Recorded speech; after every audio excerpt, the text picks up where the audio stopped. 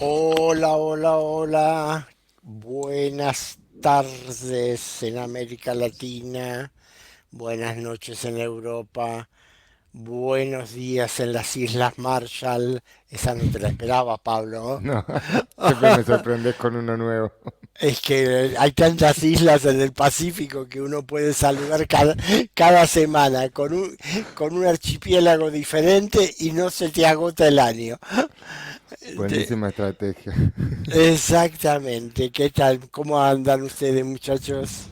Muy Buenas, bien Eduardo, por ¿todo acá, bien? por suerte. Pablo, Un gusto verlos otro viernes de Geopolítica. Un saludo a todos los que nos están viendo desparramados por el mundo. Como siempre, todos los viernes a esta hora, a las 2 de la tarde de Argentina, 7 de la tarde de Europa y sucesivamente. Este es nuestro programa en este genial canal de DMP Geopolítica que creó y coordina el amigo Ezequiel Vistoletti.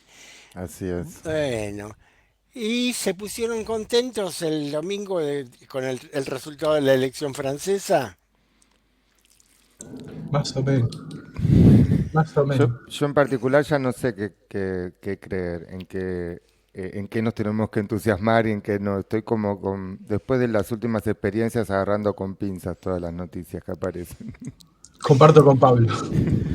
Bueno, yo se lo pregunto porque en general, en toda la prensa, en todos los medios, en las listas, en las redes, de lo que podemos llamar así más genéricamente de izquierda o progresistas o como lo quieran llamar, eh, fue un alborozo, es decir, una celebración generalizada porque el nuevo Frente Popular salió primero en la elección legislativa. Claro, porque viene hace muchos meses, por lo menos que yo sepa, un relato, una certeza de un avance, de una ola del avance de las ultraderechas, y esto vendría a ser como una sorpresa en un sentido contrario, ¿no? Claro, todas las encuestas daban primero a la agrupación nacional de Marine Le Pen, segundo al nuevo Frente Popular y tercera a la alianza oficialista Juntos por la República, Ensemble. Y sin embargo lo que salió fue completamente diferente. Primero el nuevo Frente Popular, segundo Ensemble y tercero y lejos la agrupación nacional que sumado a otros diputados que se pueden calificar también dentro del mismo campo de la extrema derecha. Ahora vamos a hablar de las categorías. Más o menos quedan equilibrados con las otras dos fuerzas. O sea, este, salió una tripartición de la Asamblea Nacional Francesa. Efectivamente, la mayoría de las interpretaciones habló del freno a la ultraderecha.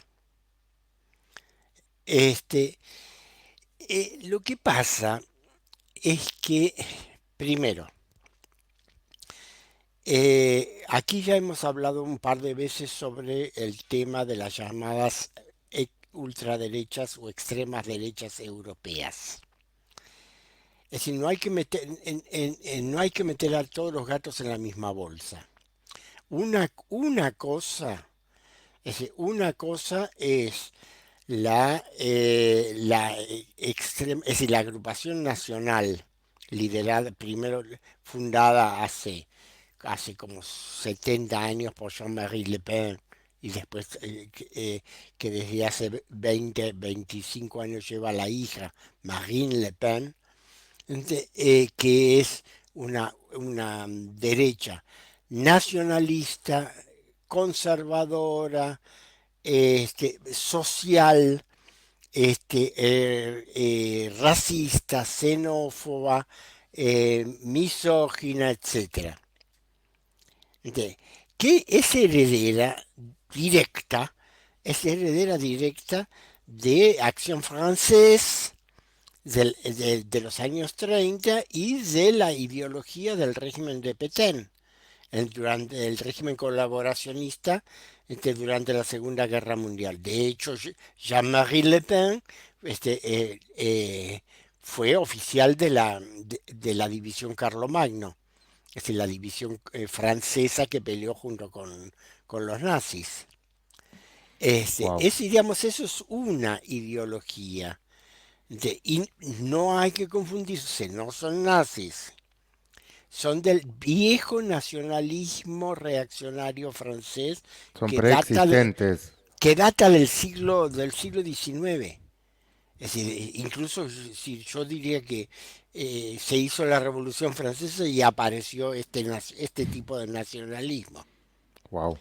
más o menos, sí, por decirlo de alguna manera. Otra cosa es el gatopardismo de la Giorgia Meloni en Italia, que subió como neofascista y ahora está expulsando a los neofascistas de su partido Hermanos de Italia. ¿Por qué? Porque ella es furiosamente atlantista y proeuropeísta. Otra cosa es Víctor Orbán en Hungría, que es nacionalismo católico reaccionario. Otra cosa es ese Vox en España, que surgió aparentemente como un partido neofranquista, y terminó siendo absolutamente neoliberal en su política económica y social. Entonces, como ven, el sello de ultraderecha en Europa no dice nada. Como decía hoy en una de las listas, un conocido mío, es un cajón desastre, donde se mete tantos trapos que al final no se sabe para qué sirve. También te quería preguntar, Sí, Robert Fijo también entra a esta categoría, que en realidad es grande, como dijiste. el de Eslovaquia, Sí, sinceramente no tengo bien ubicado. Sí es un conservador, sí es antieuropeísta, sí es nacionalista, pero en qué medida dentro de Eslovaquia representa un planteo reaccionario, un planteo demagógico, como sí puede ser Orbán, o como puede ser, por ejemplo, el partido de Ley y Justicia en Polonia, que fíjate vos, siendo un partido de ultraderecha, apoyó fervorosamente a Ucrania. Entonces te das cuenta que las ubicaciones tienen poco, el sello ultraderecha no sirve para nada. Pero por otra parte, hay un problema muy grave, que es el esquema de pensamiento, que no solamente es un problema de las izquierdas, en particular de las izquierdas europeas, pero también de muchas izquierdas latinoamericanas, sino que está más compartido por sectores de centro, sectores democráticos, tanto en Estados Unidos como en Europa, que es el esquema izquierda-derecha. Es decir, el esquema izquierda-derecha servía como categoría, es decir, surgió, como ustedes saben, en la Revolución Francesa, Claro, los que estaban sentados a la por la izquierda simple y a la derecha. ubicación, por la simple ubicación de los diputados en la Asamblea Nacional, en la primera Asamblea Nacional Francesa de 1791. Este, yo soy de los que piensan que ese esquema izquierda-derecha, desde la desaparición de la Unión Soviética, carece de sentido. Porque antes la izquierda se definía por los comunistas, que eran ortodoxamente seguidores de la Unión Soviética, y otros partidos que eran más o menos que se acercaban, no se acercaban, es decir, a las posiciones de los comunistas, como sucedió en Italia, como sucedía en Francia, etcétera.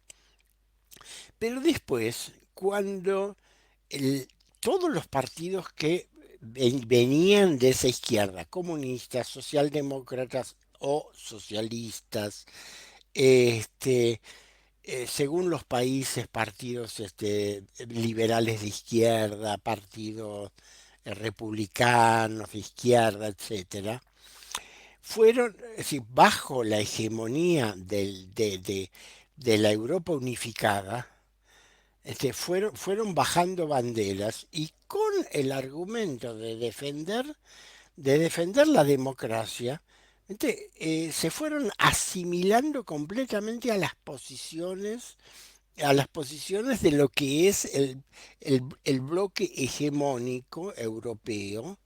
En este caso estoy Claro. hablando específicamente de Europa, que es una conjunción de partidos, en algunos casos conservadores, en otros casos demócratas cristianos, partidos liberales, partidos socialdemócratas o socialistas y partidos ecologistas, Los verdes. los verdes. Es decir, esas cuatro corrientes son las que sostienen el statu quo europeo desde hace fácil unos 20 años. Claro, nada tiene que ver con ese clivaje izquierda-derecha que vos ya Exacto, decís exacto, caduco exacto. ya.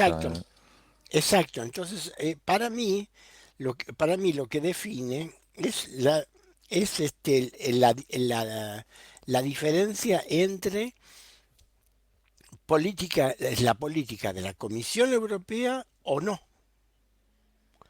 Y en el o no, ya lo vimos en las elecciones europeas, en toda Europa hay reacciones que son mayoritariamente utilizan banderas ideológicas de derecha. Más nacionalistas, menos nacionalistas, pero en general banderas ideológicas de derecha. En pocos lugares, como en Francia, hay grupos, partidos con una tradición política que les permite identificarse como de izquierda y ser antieuropeístas. Pero además hay que tener cuidado, antieuropeísta no quiere decir estar contra la idea de la integración europea, es estar contra la idea de esta integración europea y fundamentalmente del euro, que es una dictadura que de arriba para abajo le impuso a los pueblos, a los 650 millones de europeos, condiciones de vida a la baja, es decir, abandonar una cantidad de derechos sociales, e incluso en muchos casos de derechos políticos, y todo dirigido por una élite desde Bruselas que no está elegida por nadie. Esta Porque sería la... recordemos que Mm. La Comisión Europea es designada, en este momento se está designando a la nueva Comisión Europea, es designada por los gobiernos. Es decir, de común acuerdo. Después se la presentan al Parlamento Europeo. Pero el Parlamento Europeo, en nombre de la gobernabilidad, casi siempre avala a todos los comisarios que le presentan. Es casi como algo aristocrático, podríamos plantearlo, elegido por pocos. No es aristocrático porque no tiene ninguna tradición aristocrática. Es un estado, un estado semiautoritario. Es decir, Europa es un estado semiautoritario. Semi digo porque tiene un Parlamento Europeo electo popularmente, pero con muy pocas funciones. Tiene una importante, que es la revisión del presupuesto, pero nada más.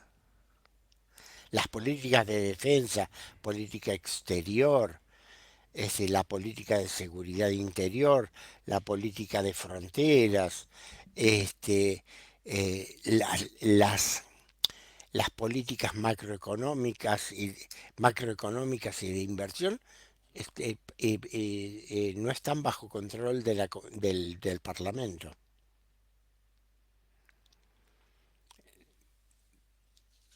En un Bueno, momento con el Tratado de Schengen, los temas de libre circulación y de la equidad de derechos entre los ciudadanos europeos, en un momento, creo que al principio sí se intentó sostener bastante fuerte. Lo digo porque yo tengo ciudadanía italiana y viví un poco viviendo ya acá el cambio de ese trato, sí, ¿no? Pablo, pero tenés que tener en cuenta, Schengen, para quien no lo sabe, es una ciudad de Alemania, donde en los años 80, creo que en 1987, se firmó un acuerdo entre 6 países miembros de la entonces Comunidad Económica Europea, para la libre circulación de los ciudadanos a su interior, pero al mismo tiempo tendiendo a unificar la política de fronteras comunes, de las fronteras comunes, ¿ente? Y esa es la base de la creación de Frontex, la Policía de Uh, Fronteras de la Unión Europea. Tremendo. Claro, claro. Schengen es muy ventajoso para el que está dentro. Los que controlan que no entren, digamos. Exacto, Schengen es muy ventajoso para el que está dentro, pero para el que está afuera, Schengen implicó una exclusión muy severa. Tremendo.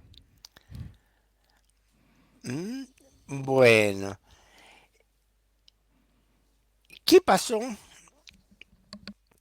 Si, ¿por qué estas elecciones legislativas anticipadas, que en realidad debieron haber sido el año que viene, y se realizaron ahora, es decir, en dos fines de semana, se establece en Francia, es decir, con este balotage para los distritos donde nadie había pasado el 50%. Cuando en la noche del 7 de junio pasado, tras el triunfo de la agrupación nacional de Marine Le Pen en la elección al Parlamento Europeo, Macron disolvió la Asamblea Nacional y llamó a elecciones anticipadas. Él y sus asesores esperaban suscitar la solidaridad republicana contra la extrema derecha y relegitimar su gestión presidencial. Recordemos que Macron subió en 2022 y le faltan todavía 3 años más de mandato hasta el 2027. Este, Sin embargo, el beneficiario de la convocatoria fue otro. Los partidos de izquierda que habían concurrido por separado a la elección europea se unificaron en el nuevo Frente Popular.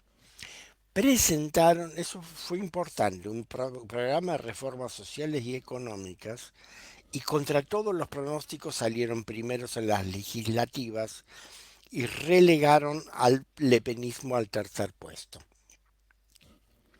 El primer puesto obtenido por la izquierda entusiasmó en todo Occidente a los nostálgicos, y acá vienen los antecedentes y por qué se aplica lo de el esquema derecha-izquierda, nostálgicos del anterior Frente Popular, el de 1936.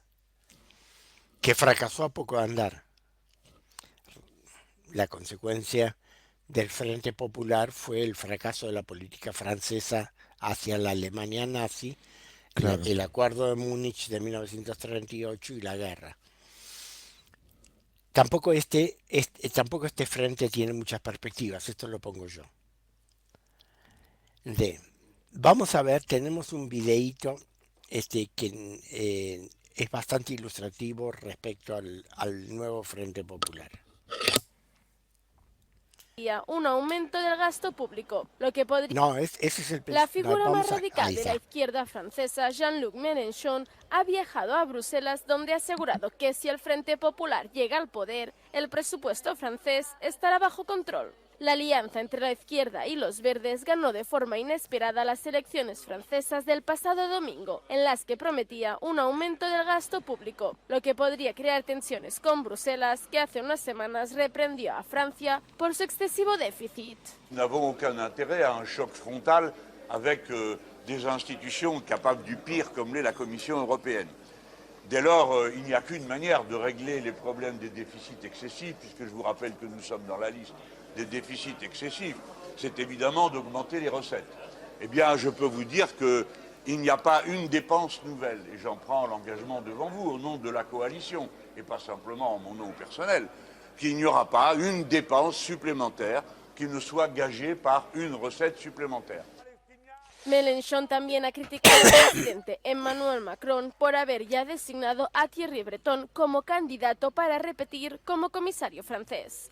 Mélenchon cree que debería tener en cuenta los resultados electorales. Nous sommes dans le centre. Et peut-être même que dans certains pays, on aurait l'audace de penser que le premier groupe d'une Assemblée nationale est celui qui est le mieux placé pour désigner les commissaires. Mais la monarchie présidentielle a ceci de particulier, c'est qu'elle invente elle-même ses propres règles au fur et à mesure que le temps passe. Mélenchon denuncia que Macron aún no se ha puesto en contacto con el nuevo Frente Popular para formar un nuevo gobierno a pesar de haber ganado las elecciones. Crece el temor a que una larga negociación provoque inestabilidad en Francia, según la economía de la UE. Bien, acá tenemos muchos elementos para conversar. Primero, decir quién es Jean-Luc Mélenchon. Jean-Luc Mélenchon tiene origen en el Partido Socialista. Fue ministro de Salud en el gabinete de Lionel Jospin entre 1995 y 1999. Se fue del Partido Socialista a principios de los 2000, es decir, por su giro por el giro del partido hacia el apoyo a la guerra contra Irak. Y, digamos, a partir de 2009 fundó este movimiento, que no es un partido, la Francia Insumisa, de que ha tenido mucho éxito. Y se ha convertido, de hecho, en la primera fuerza de la izquierda de la izquierda francesa, con posiciones que son, por un lado, sí, sociales, democráticas, pero por el otro lado con fuertes posiciones nacionalistas y antieuropeístas. Esto es lo particular, porque esta es la novedad dentro de las izquierdas europeas. Eso es lo que El, explicabas antes como, el, como fenómeno nuevo, digamos. el recuperar precisamente, el recuperar posiciones nacionalistas, es decir, por así decirlo, sacarle a los grupos autoritarios la bandera nacional. Claro. Ya vamos a ver, porque vamos a tener oportunidad en un par de meses de hablar sobre las elecciones regionales en Alemania. En Alemania se da un fenómeno similar con la alianza Sarah-Wagenknecht. Ujú.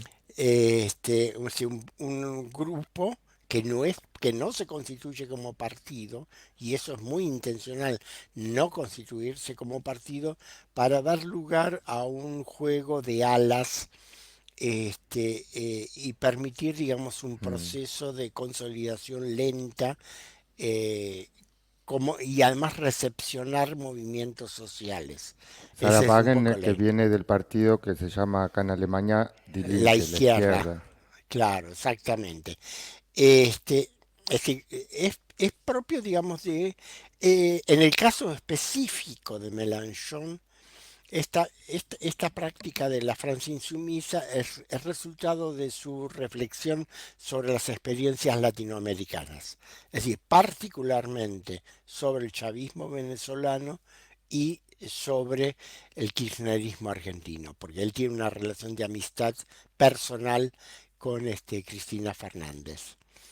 Este, eh, digamos, la idea precisamente, el tema es el siguiente. ¿Cuál es el problema que tiene Mélenchon? No ser absorbido. Es decir, no entrar a jugar el juego de la política establecida. El juego de yo te doy, vos me das, y todos participamos de la torta y dejamos afuera a todos los sectores populares. Que es lo que ha sucedido, la degradación de la democracia europea es eso. Es la formación de una clase política cerrada, digamos, donde se hace política, pero no se hace, no hay apertura para los sectores populares. Y eso Política de termina, palacio que se dice. exacto, y eso termina siempre bajo el control de la élite financiera, del capital financiero. Siempre. Es el banco, perdón, el Banco Central Europeo y los grandes bancos. Eh, entonces, Mélenchon, ¿qué hace? Mélenchon juega, provoca, rompe, ¿ente? Pero no se compromete con las fuerzas políticas del sistema existente. Por otra Europeo, parte, pro-europeas, con las fuerzas, digamos, pro-europeísta. en Francia esas fuerzas son, digamos, el, lo que podríamos denominar el liberalismo que en Francia nunca tuvo mucha fuerza, es decir, el Partido Socialista, los viejos conservadores, es decir, la vieja derecha republicana, es eso. Y fundamentalmente está sostenido por el reclutamiento que tienen permanentemente desde las llamadas grandes escuelas. Ustedes saben que en Francia existe desde el siglo XIX un sistema de formación de cuadros del Estado a través de dos escuelas. Es la Escuela Nacional de Administración y el Sciences Po, el Instituto de Ciencia Política. Son las dos escuelas, digamos, de formación de cuadros para el Estado. Y son las de formación de cuadros para la élite, porque después hay una Claro. circulación a las finanzas, a Por las eso se grandes habla que salen empresas. todos de las mismas escuelas y demás, ¿no? Como Macron y... Exactamente, exactamente. Y eso asegura la cohesión de la élite gobernante, no importa en qué partidos estén. Entonces, eso por un lado. Por el otro lado, Mélenchon es consciente de las relaciones de fuerza que existen a nivel europeo y lo dice en este video. Yo no voy a, yo voy a tener mucho cuidado, está diciendo, en caso de acceder como primer ministro, de ser designado por el presidente primer ministro, yo voy a tener mucho cuidado de no aumentar el gasto, porque si no vienen las sanciones de la Unión Europea y fíjense el poder que tiene la Comisión Europea, que un Estado tan grande, tan importante como Francia, tiene que tener miedo a las sanciones presupuestarias que le haga la Comisión Europea, ¿no? Es decir, ahí hemos llegado. Si ya Francia por deformación de la Constitución de la Quinta República un presidencialismo eh, bastante arbitrario y fuera de control, es decir, imagínense, además, ese Estado controlado por una comisión electa por nadie. ¿Mm? Bueno, eso digamos para los que critican la falta de democracia en otros países. Entonces, por eso él dice, yo no voy a aumentar el gasto. Lo que voy a hacer, voy a aumentar los ingresos. Es decir, va a meter impuesto a la riqueza. Impuesto a la riqueza, impuesto a la herencia, impuesto a las grandes sociedades, etcétera. Que son impuestos que en Estados Unidos rigen. Es decir, no el impuesto a la herencia, pero el impuesto a las grandes sociedades. Son impuestos que en Estados Unidos rigen. Lo que pasa es viste, que con la retórica de la baja de impuestos, los estados europeos se han ido desfinanciando. Ahora, Más americanos que los americanos en un punto, en ese sentido, ¿no? A es, es, veces, es demagógico, ese es un argumento que carece de fundamento. claro. Entonces, ese es, digamos, el primer fenómeno sorprendente de esta elección, el nivel que ha alcanzado la izquierda y dentro de la izquierda la Francia insumisa en esta elección legislativa. Pero también sorprendentemente, la oficialista Juntos por la República, Ensemble, resultó segunda. La gran derrotada fue la agrupación nacional de Marine Le Pen, que resultó tercera, cuando todas las encuestas la daban como primera.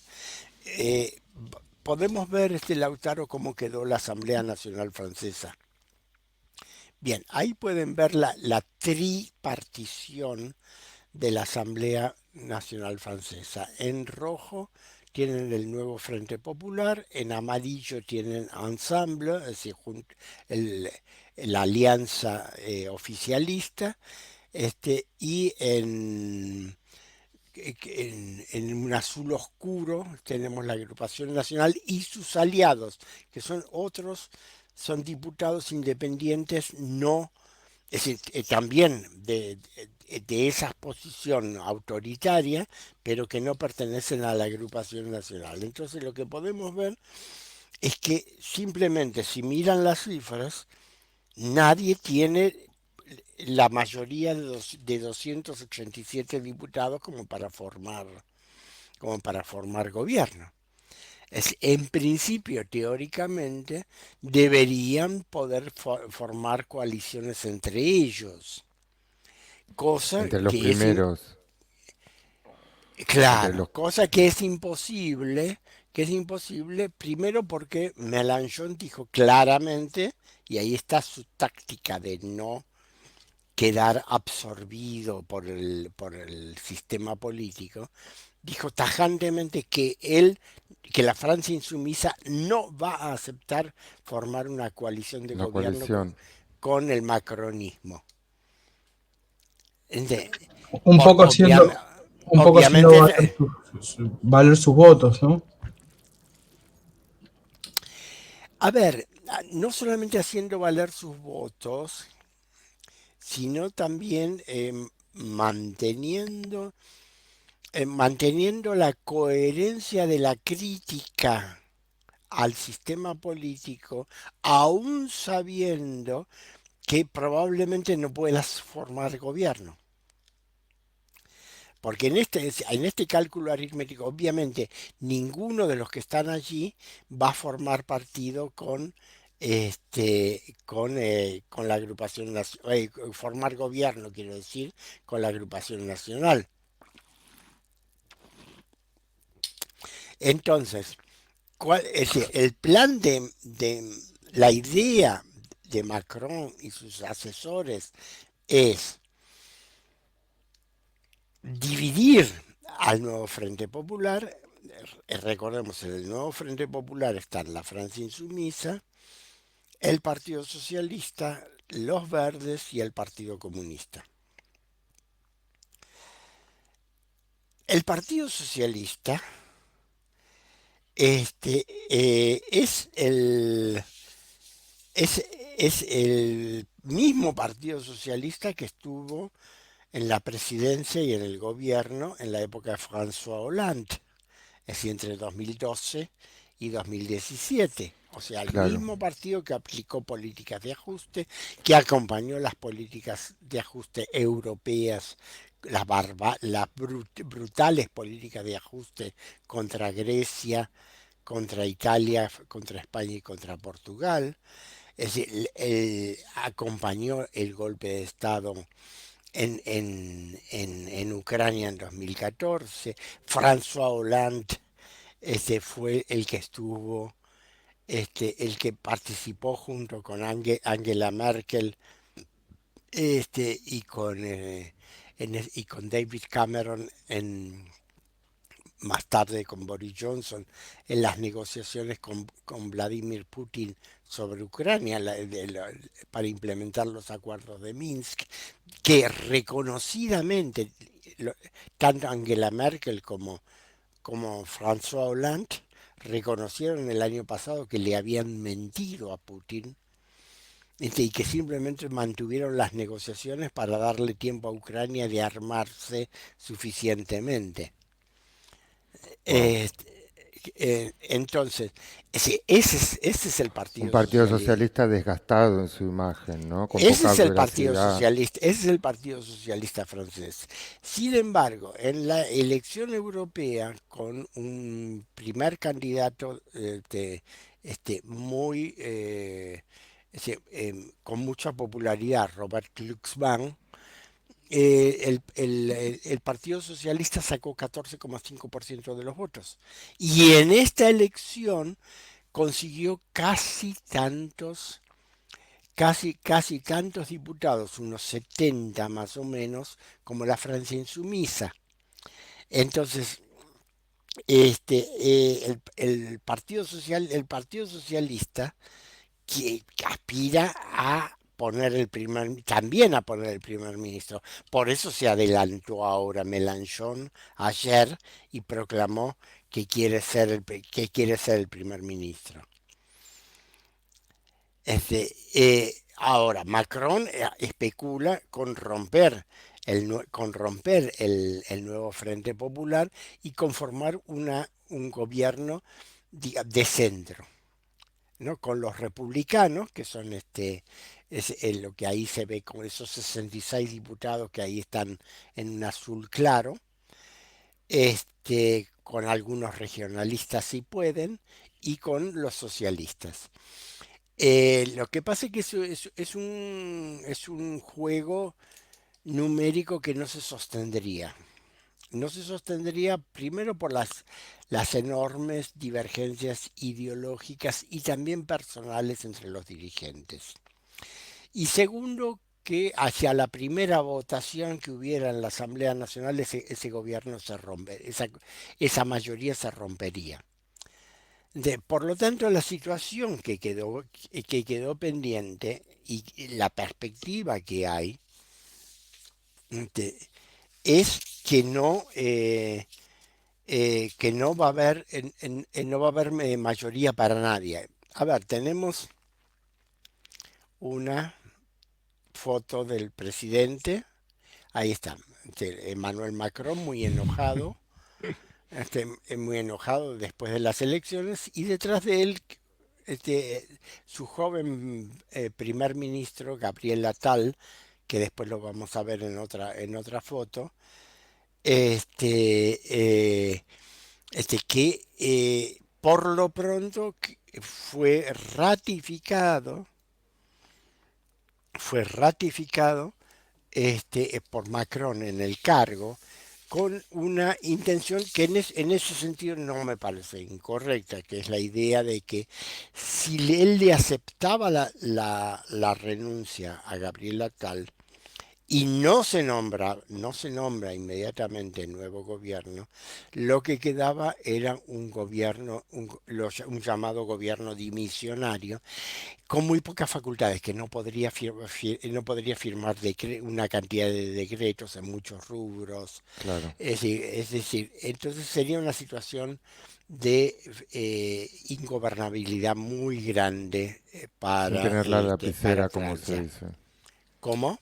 Sin tener la lapicera, como se Sin dice. tener la lapicera, exactamente. Exactamente. Entonces él lo ratificó. Macron está jugando a que ahora, este, se hagan los juegos, se hacen los Juegos Olímpicos a partir Ujú. del 26. Esos son 3 semanas. Digamos, gana tiempo con el gobierno de Gabriel Attal y muy probablemente después lo que empiece a hacer sea a convocar a candidatos, digamos, de los distintos bloques parlamentarios para darles el encargo de jefe del gobierno y que se sometan a votación en la Asamblea Nacional. Como van a perder sucesivamente, ninguno va a conseguir la mayoría, más o menos, digamos, de aquí a algunos pocos meses, el cálculo de Macron es, pongo lo que se llama un gobierno técnico. Un gobierno técnico, ya se practicó eso hace algunos años, es un gobierno no respaldado por ningún partido en particular, nombrado por el presidente, a cargo, digamos, de los asuntos del gobierno. Y eso le permitiría a Macron llegar a julio del año que viene, que es cuando vencen los 12 meses desde esta elección del fin de semana pasado, y la Constitución le permite volver a disolver la Asamblea Nacional y convocar a elecciones. Lo que pasa, digamos, es que este, eh, el, anda pasando las fotos de, por un lado, Olivier Faure. Ese es el primer secretario del Partido Socialista francés, que tiene la aspiración de ser el primer ministro. Vamos, este es Gabriel Attal, el joven Gabriel Attal, primer ministro actual en funciones. Este, eh, lo que pasa es que ese cálculo digamos, de Estado Mayor, se ha hecho sobre la mesa, hacemos esto y va a pasar tal cosa, es muy endeble porque está en una coyuntura nacional e internacional de crisis. Si puede haber nuevos levantamientos populares por las medidas de ajuste del gobierno, cualquier presión que ejerza la Comisión Europea sobre Francia para que reduzca aún más los gastos, puede generar un levantamiento popular. Ya se ha visto en los últimos años. El fantasma de los chalecos. Los chalecos amarillos, y no Mm, solamente los chalecos amarillos, los camioneros, claro. etcétera, Mm. los campesinos, o sea, uno tras otro se han ido sublevando. En Francia existe una práctica de ganar la calle bastante rápido. Más allá de lo que después negocien, pero es bastante usual llevar las presiones de los distintos grupos de interés a la calle, cosa que en otros países de Europa no sucede. También la evolución de la guerra de Ucrania puede cambiar radicalmente el escenario. Si una derrota estrepitosa de Ucrania podría producir podría romper todo el tablero político europeo. ¿Qué va a pasar si Donald Trump, como por ahora se prevé, gana la elección presidencial norteamericana en noviembre y pone una frontera rígida en el Atlántico? O sea, arréglenselas, ¿no? Le dice a los europeos, como ya, Claro. ya, ya prometió varias veces. ¿eh? Nosotros no los vamos a sostener más. Ahí cambia completamente el diseño de la política europea. Va a ser una situación de catástrofe donde van a tener que ver cómo salen. Una crisis de Bueno, identidad casi a este punto, ¿no? exactamente, exacto, de identidad, porque la Europa actual es una Europa atlántica. Entonces, la ¿Cuáles son las conclusiones de esta elección del domingo pasado? Es decir, de la segunda vuelta.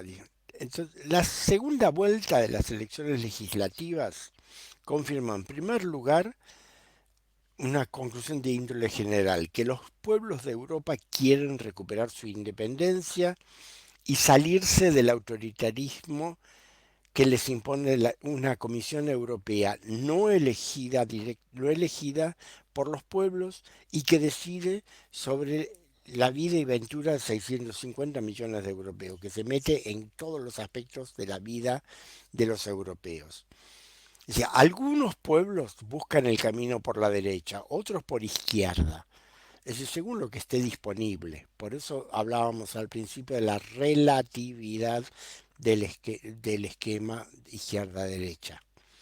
Es decir, si existen líderes que tienen un discurso conservador, se opta por la derecha. Si esos líderes tienen un discurso popular, un discurso democrático, se opta por la izquierda. Pero lo fundamental es encontrar una alternativa contraria a la Unión Europea, a la Comisión Europea, Ujú. anti-Bruselas. Es decir, lo que se está pidiendo en Europa es recuperar dosis de espacios de autonomía para la política de los países, para acabar con la política de ajuste que se viene llevando adelante, en especial desde la crisis de 2007, y recuperar espacios de democracia y de control social que se han perdido. De- eh, Esta conclusión es especialmente válida para Francia. Si aunque el centro derecha salvó las banderas y está en condiciones de impedir la formación de todo gobierno que no sea acorde con la voluntad presidencial, del 50% del electorado, si ustedes suman la cantidad de diputados de el nuevo Frente Popular y los de la agrupación nacional, pasa más de la mitad de la Asamblea Nacional. Sí, Claro. más de la mitad, del 50% del electorado votó fórmulas de izquierda y de derecha que rechazan la política de la Comisión Europea. En segundo lugar, el pueblo francés ha revalidado, esto es muy importante, es específicamente francés, la vigencia de un espíritu republicano que, aunque actualmente carece de una fuerza política que lo sostenga, resurge cada vez que el autoritarismo pone en peligro a las instituciones. Es un reflejo de la cultura política francesa que viene desde el principio de la Tercera República, 1871, después de la derrota ante Prusia-Alemania. Que es la revalidación de la república como forma, no solo como forma de organización, sino también como forma de coexistencia social, así como forma de consenso social y de forma de entendimiento a todos los niveles de la sociedad francesa. El contrato cívico, de alguna manera, Es un ¿no? contrato cívico, efectivamente, sí, es un contrato cívico que dice la ley está por encima del poder.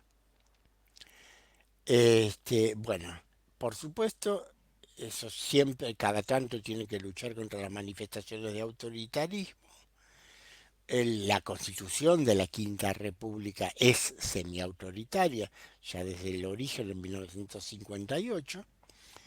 Este, eh, pero cada tanto resurge eso. Hoy en día no hay ningún partido que diga claramente, que se reivindique como fundamentalmente republicano, pero el republicanismo existe, está como un estilo, como un ambiente cultural que trasciende a una cantidad de partidos y fuerzas sociales. En tercera instancia, hay que reconocer esto es importante también, la funesta habilidad del presidente Emmanuel Macron para sobreponerse a las derrotas e impedir la convergencia de sus adversarios. A pesar del triunfo de la izquierda, logró posicionar segunda a la alianza oficialista, frenar el ascenso de Agrupación Nacional y colocar en la coalición de izquierda al Partido Socialista, lo que le asegura tener allí un interlocutor dócil capaz de bloquear la arremetida del republicanismo popular de Jean-Luc Mélenchon. Como dije antes, con seguridad el jefe de Estado va a retrasar la formación de gobierno hasta después de los Juegos Olímpicos. Luego le va a conferir el encargo a sucesivos candidatos que fracasarán, hasta finalmente desembocar en un gobierno técnico que mal gobernará el país hasta que en julio del año próximo se pueda volver a disolver la Asamblea Nacional. Pero todo esto sucede en un contexto internacional que ya mencioné, signado por las políticas de la Comisión Europea, las políticas de ajuste y de aplicación de neoliberalismo cerrado de la Comisión Europea. El presupuesto, sobre todo, como dijiste, ¿no? A partir de El, eso se pres- el controla pres- el casi pre- el todo. presupuesto, pero sobre todo la reorientación de la economía europea del mercado interno, del consumo interno hacia la militarización. Entonces eso va a restar muchos fondos a las políticas sociales y a las políticas de desarrollo regional. Y eso va a ser una pelea. Va a ser una pelea porque, como estamos viendo, si los pueblos de Europa están progresivamente muy cansados de que les metan permanentemente la mano en el bolsillo y al mismo tiempo les cierren la boca. Yo no especulo con un alzamiento general de los pueblos europeos. Para eso, digamos, los europeos son demasiado tribalistas y están demasiado particularistas como para alcanzar una solidaridad europea. Es decir, Pero sobre si eso. decís que un cambio en el contexto, en algo que pasa fuera de Europa, puede Yo activar. creo que un- fundamentalmente, una ruptura de la estrategia militarista de la Unión Europea, de la Comisión Europea, que se puede dar doblemente. Por un lado, por su derrota en Ucrania, pero por el otro lado, si sube Trump y se desentiende del apoyo a las políticas expansionistas de la OTAN, y les dice, chau, arréglense ustedes, eso va a producir una crisis, un cimbronazo, es decir, una crisis muy fuerte en la política de la Comisión Europea. Veremos, veremos qué sucede. Esto, digamos, va a tener otros capítulos durante el año. En septiembre y octubre hay elecciones regionales en Alemania, que aunque no sean decisivas para la gobernabilidad de Alemania, van a dar un síntoma de cómo se va reorientando el electorado alemán.